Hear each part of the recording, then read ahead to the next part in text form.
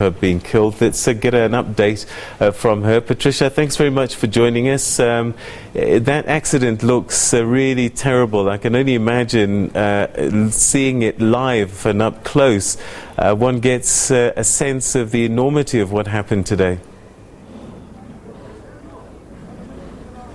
Certainly, Peter, there behind me you can see that, of course, rail workers still busy there trying to, of course, piece together some evidence and also just fixing the network ahead of course, the minister who will be briefing the media and updating us in terms of what the next step will be. One would, at this stage, of course, presume that investigations would be the priority. We have heard that, of course, an investigative team will be looking deeper into what really went wrong here. How did these two trains actually end up on the same track at the same time, creating this collision where 3 people were, of course, left dead, several injured, and we know that about 11 were left critical.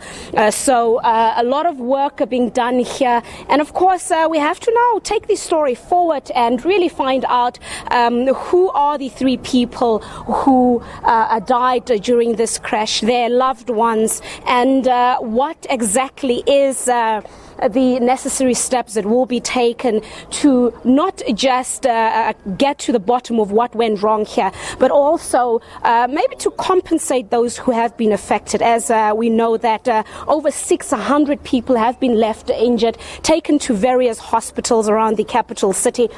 So the minister, of course, will be updating us as to what will be happening.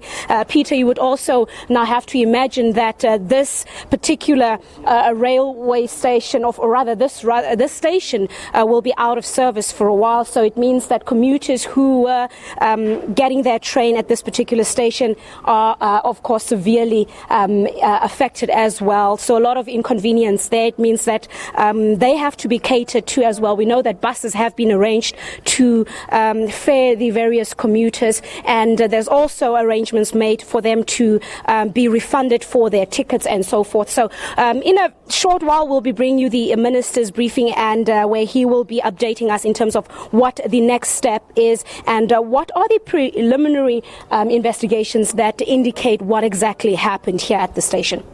Patricia, that's where we'll leave it for the time being. As I said, we'll cross to you, but later on when the Transport Minister does finally arrive. Thanks very much for that update. That was Patricia Visagie at the Mountain View train station where this collision happened, and to believe that 3 or 4 people may have died and hundreds of others injured.